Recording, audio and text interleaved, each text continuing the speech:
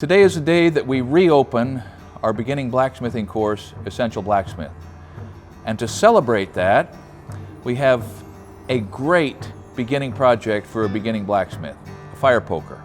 Now that's particularly appropriate because we just got done making 2 fire pits, and you cannot have a fire pit without a fire poker. So since we made 2 fire pits, we've got to have 2 fire pokers. Now Nate already made one. You're going to get a look at that at the end. And he's a beginning blacksmith.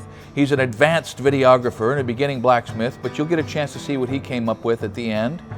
I'm going to make one out of this piece of 3/4 by 3/4.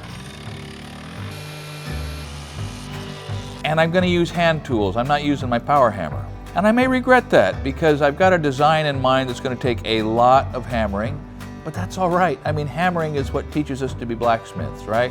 So I'm going to make this with the basic blacksmithing tools that every blacksmith either has or can make. I'm going to do sort of a fairly timeless design on this thing, I think. And at the end of the video, you're going to get a look at 2 different interpretations of a fire poker out of 2 different sizes of parent stock, both of them made with basic blacksmithing tools, just like the ones that you could be using in the Essential Blacksmith course.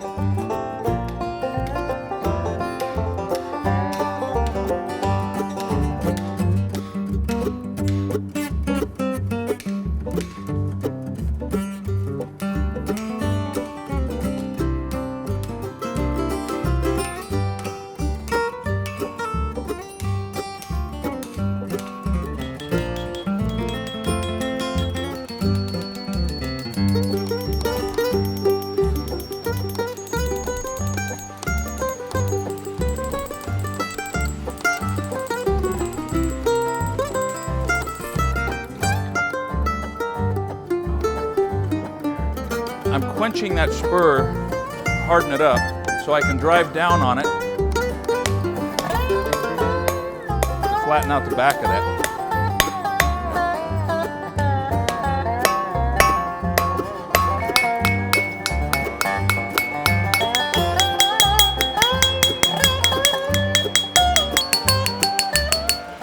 It's kind of important to clean the work up before you go back to the heat. Get rid of your hammer marks. Do any chamfering, straighten it up. So when you come out of the fire next time, you're ready to move forward instead of clean up a mess.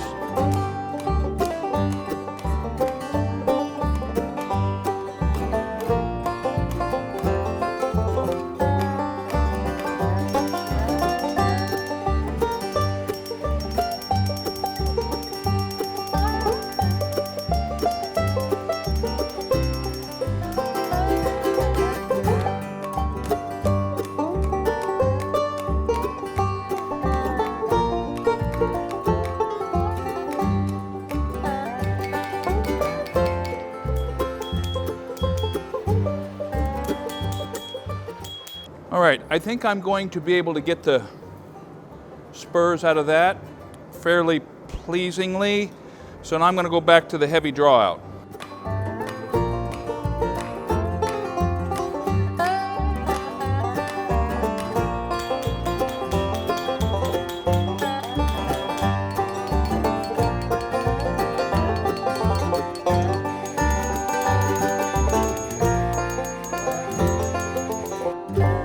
I hope you stay to the end of the video. We've got a couple other items sort of business and of interest to go over when we get there. You'll get a look at the poker that Nate made, and you'll get a look at a blacksmith apron that we're going to give away.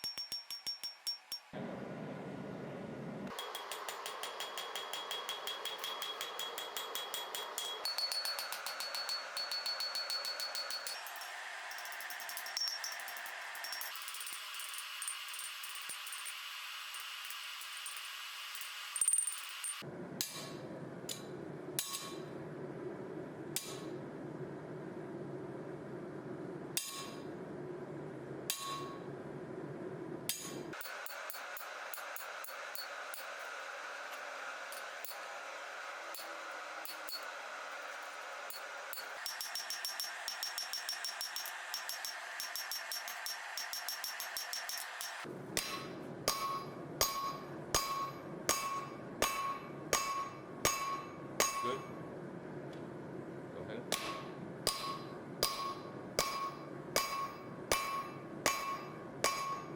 Good.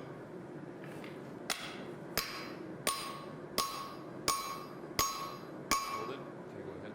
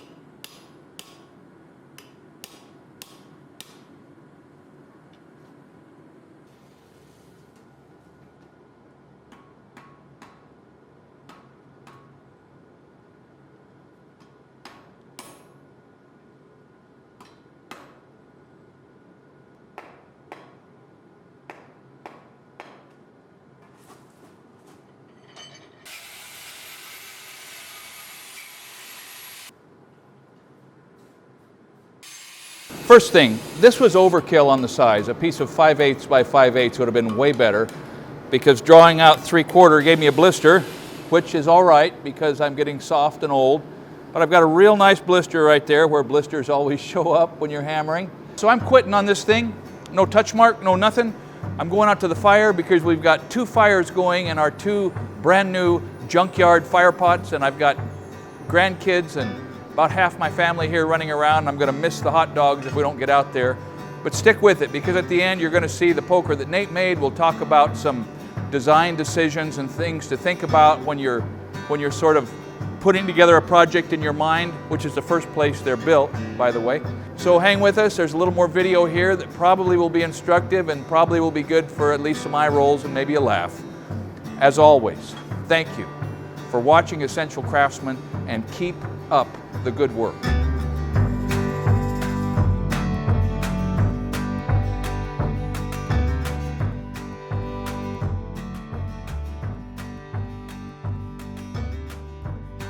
I'm going to give a little feedback here with Nate and his fire poker project as an example.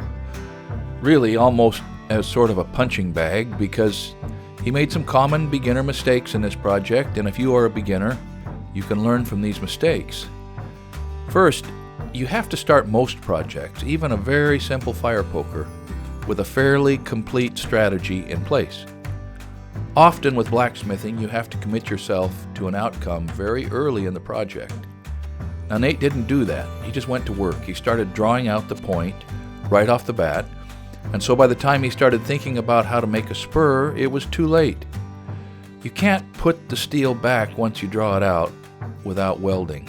Now, we talk about all this in great detail in our blacksmithing course, but one of the real challenges for a new smith is developing the ability to hammer.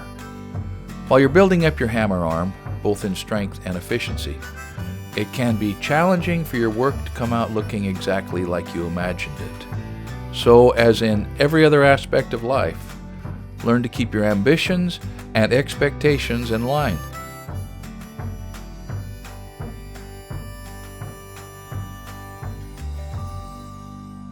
Now, it makes sense for beginners to start with smaller and lighter weight steel, but there's a downside to that.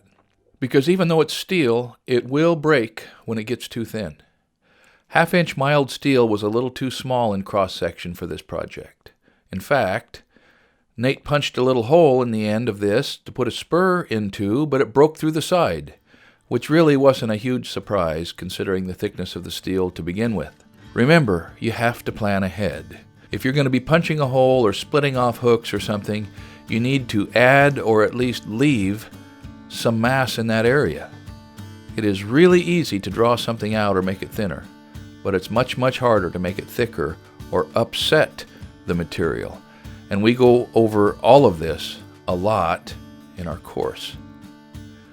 Now, blacksmithing is only learned by doing it. That being said, it really, really helps to have someone explain the basics. Luckily, I met Cy when I was starting, and he filled this role for me in spades. I hope if you're interested in blacksmithing and don't have a mentor nearby, that you check out our course. It's designed for beginners, people just like you. Hundreds and hundreds of folks of all different backgrounds have already taken the course, and if they can do it, so can you.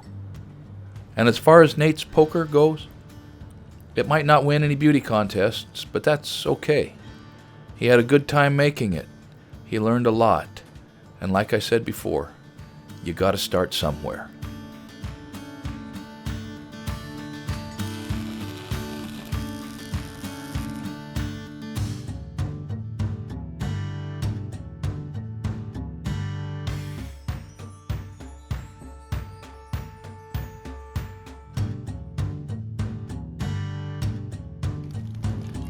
In the back. Not yet. I don't know which one I like better, because this one helps pick up wood better, and this one reminds me of Jesus and the cross. Oh, Dad, this is crazy.